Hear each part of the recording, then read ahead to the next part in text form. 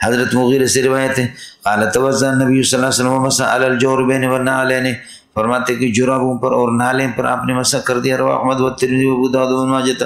مولانا یہ فارسی اور بلوچ لوگ، یہ سعودیہ کے اندر حضرت کے زمانے میں یہ جراب نہیں بنتے تھے، جوربین، یہ جوربین یہی ایران میں بنتے تھے، یہ بلوچ لوگ بناتے تھے اور فارسی لوگ بناتے تھے۔ یہ اصل میں ہے گورے پا، جورے با، یہ اصل میں گورے پا، پاؤں ہے، گور کہتے قبر کو، پاؤں کی قبر۔ تو جیسے کہ مردہ قبر کے اندر دفن ہوتا ہے، دکھائی نہیں دیتا، جو جراب جو آدمی پہنتا ہے، خفین پہنتا ہے، وہ پاؤں بھی ایک مردہ ہوتا ہے، اس میں ڈوب جاتا۔ تو یہ کیا تھا؟ گورے پا۔ کیا تھا؟ گورے پا۔ اب عرب لوگ چونکہ گاف استعمال نہیں کرتے تو انہوں نے کہا کہ گاف کو جیم سے جورے پا، پھر پا بھی استعمال نہیں کرتے، جورے با، الف کو تخفیفاً حذف کیا، جورب، اب اس سے ملحق بھی ربائی کر کے جورب یجورب جوربتن۔ کس کو سمجھ میں آ گیا؟ یہ جی، تو یہ اصل ہے، جیسے کہ مہنگا کو کہتے منجل، آئے مسئلہ میں۔ اب دوسری بات یہ سمجھو، آپ نے فقہ کی کتابوں میں پڑھا ہے کہ جراب اللہ آپ کا بھلا کریے کہ کیا ہے، رقیقین ہوں گے، اور یس اللہ آپ کا بھلا کریے کہ کیا ہے، سخینین ہوں گے۔ سخینین اگر موٹا ہوں، سخینین اگر اللہ آپ کا بھلا کریے کہ موٹا ہوں، مجلدین اور منعلین ہوں تو بالاتفاق، یعنی چمڑا چڑھا ہوا، مجلدین اور منعلین، سخینین بالاتفاق، ان پر یہ کہ مسح کرنے کی اجازت ہے، سمجھ رہی میں کہ جورب۔ اور اگر غیر مجلدین ہو تو پھر امام ابو نے فرماتے اجازت نہیں ہے۔ ہو گیا مولانا؟ باقی مسئلہ رہ گیا کہ جوربین رقیقین چاہے مجلدین منعلین ہو یا نہ ہو، ان کے کسی قسم پر مسح کرنے کی اجازت نہیں ہے۔ قدور کی عبارت بھی غلط ہے، کنز کی بھی غلط ہے، سمجھے؟ یہ سب اس کی تصحیح ملا چلپی نے کی ہے۔ کیا عرض کر رہا ہوں؟ جوربین رقیقین باریک قسم کے، چاہے وہ مجلدین منعلین ہو یا نہ ہو، رقیقین کے کسی قسم پر مسح کرنے کی اجازت نہیں ہے۔ سخینین موٹے ہوں، اور موٹے ہونے کی وہی صورت ہے، پاؤں کے ساتھ خود بندھے جائیں اور آپ جائیں 1-2 میل جائیں، وہ پھٹ بھی نہ جائیں، پانی کے قطرے لگا دو، اللہ آپ کا بھلا کرے، اس کے اندر اثر بھی نہ کرے۔ آپ اردو سمجھتے ہیں؟ تو اس قسم کے جرابوں پر پھر مسح کرنے کی اللہ آپ کا بھلا کرے اجازت ہے۔ جوربین سخینین مجلدین منعلین ہو تو بالاتفاق اجازت ہے، لیکن سخینین موٹے ہوں لیکن مجلدین منعلین نہ ہو، ابو حنیفہ پہلے فرماتے تھے کہ اجازت نہیں ہے، بعد میں آپ نے جمہور اور صاحبین کے قول پر اپنے مرنے سے، وفات سے کچھ دن پہلے رجوع کیا کہ اب اجازت ہے۔ کس کو سمجھ میں آ گیا؟ سمجھے؟ ایک بات اور سمجھ لینا، جرابوں سے متعلق جتنی بھی روایتیں ہیں کہ جرابوں پر مسح کرنا، کوئی بھی روایت سند کے اعتبار سے صحیح ثابت نہیں ہے۔ اس لیے اگر جوربین سخینین ہوں گے، موٹے ہوں گے، تو پھر ان پر مسح کرنے کی اجازت اس لیے کہ وہ خفین کی طرح ہے، تو خفین کے دلائل ان کے دلائل ہوں گے، ورنہ جوربین کے اپنے دلائل ٹھیک نہیں ہے۔ جوربین جبکہ سخینین ہوں گے تو فی معنی خفین ہوں گے، خفین کے معنی میں، تو پھر خفین کی حدیثیں ان پر فٹ آ جائیں گے، ورنہ جوربین کی اپنی روایتیں، کوئی بھی روایت صحیح نہیں ہے۔ اللہ کے بندو کچھ بند پڑا چلے گا، یہ بھی امتحانی جگہ ہے، امتحانی جگہ ہے، امتحانی جگہ ہے، امتحانی جگہ ہے، امتحانی جگہ ہے۔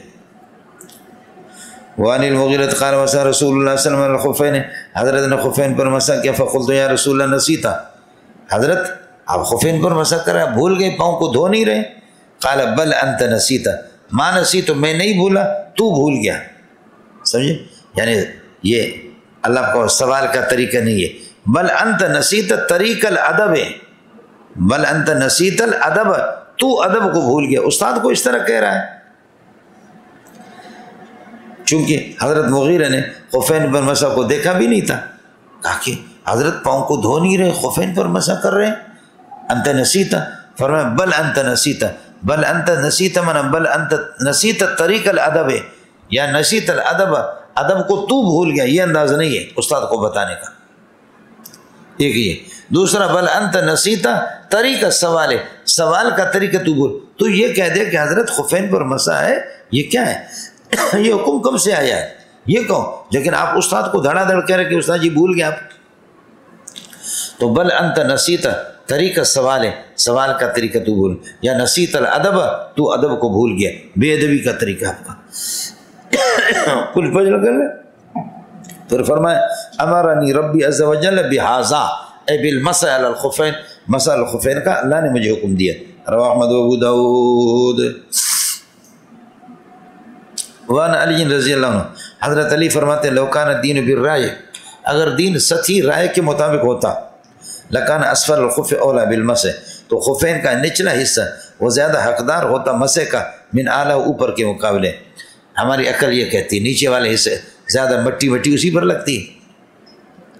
وقد رأیت رسول اللہ صلی اللہ علیہ وسلم یمسح علی ظاہر خفین، لیکن میں نے نبی کو دیکھا ہے وہ خفین کے اوپر والے حصے پر مسح کرتا ہے، تو اس لیے میں بھی کر رہا ہوں۔ رواہ ابو داؤد ولی دارمی معنی ہو، امام دارمی نے اسی کے معنی روایت نقل کی ہے۔ اچھا ذوق کس کا ہے؟ ذوق، تو اس کا ایک معنی راوڈ والا معنی وہی ہے کہ اگر دین عقل کے مطابق ہوتا، سطحی عقلوں کی، دین ہے پورا عقل کے مطابق، لیکن سطحی عقلوں کے مطابق اگر ہوتا تو پھر ہم نچلے والے حصے کو مسح کرتے ہیں، لیکن ہماری عقل کے خلاف نبی نے اوپر مسح کیا تو ہم کرتے ہیں۔ سمجھتے ہیں؟ یہ تبلیغی بات ہو گئی، یہ کیا ہو گیا؟ جبکہ اصل مسئلہ یہ نہیں ہے۔ یہ میرا پاؤں ہے، اس پر میں نے موزہ پہنا ہے، خفین ہے، ایک خف کا اوپر والا حصہ ہے اور ایک پاؤں سے نچلے والا حصہ ہے، نیچے، یہ اعلی الخف، یہ اسفل الخف، یہ ظاہر الخف، یہ باطن الخف، ٹھیک ہے؟ ہم نے یہی معنی آپ کو سمجھا ہے، لیکن دوسرا معنی یہ ہے کہ ظاہر الخف سے اللہ آپ کا بھلا کریے کہ کیا ہے؟ ظاہر الخف سے پورا خف اوپر والا حصہ، یہاں سے اوپر سے آؤ، نیچے سے ایسے آؤ، یہ ظاہر الخف ہے بالکل، اور اسفل الخف سے مراد اس کا اندرونی حصہ جو آپ کے پاؤں کے ساتھ ٹچ ہے۔ اب آپ مجھے بتاؤ کہ مسح یا وضو کس لیے ہوتا ہے؟ رفع الحدث کے لیے ہوتا ہے۔ کس کے لیے ہوتا ہے؟ مسح کریں گے رفع حدث کے لیے، وضو بناتے بھی رفع حدث کے لیے، تو رفع حدث وہاں کریں گے جہاں حدث ہو، تو کیا اس کے خف کے اوپر والے حصے کو ایسے ایسے آپ آ رہے ہیں، ادھر حدث آ گیا کہ آپ اس کو مسح کر کے حدث کریں؟ تو حدث تو اس کے اندر والے جو پاؤں کے ساتھ ٹچ ہے، پاؤں کے اوپر والا حصہ، پاؤں کو حدث لائق ہو گیا، تو ہماری عقل یہ کہتی ہے مسح ادھر ہونی چاہیے، اندر والے حصے پہ جو پاؤں کے ساتھ ٹچ ہے، حدث ادھر ہے، اوپر کو نہیں کرنا چاہیے۔ یہ کس کو سمجھ میں آ گیا؟ یہ ہے حضرت علی کے دوسرے قول کا مطلب۔ یہ صرف تھوڑا سا میں نے جھلک آپ کو دکھایا، سمجھ شریف میں آ گیا، لیکن اس پر جو باتیں ہماری پھر دورے میں ہوں گی انشاءاللہ، سمجھ شریف میں ہے کہ نہیں؟ آپ پھٹ جائیں گے، اگر پوری بات میں کر دوں اس پر تو آپ پھٹ جائیں گے، اور ظاہر ہے کہ آپ کا پھٹنا مجھے عزیز نہیں ہے، سمجھے؟ علم پورا اندر آئے گا تو پھر بسٹ ہو جائیں گے آپ لوگ، سمجھے؟ اس لیے بسٹ نہیں ہونا چاہیے آپ کو۔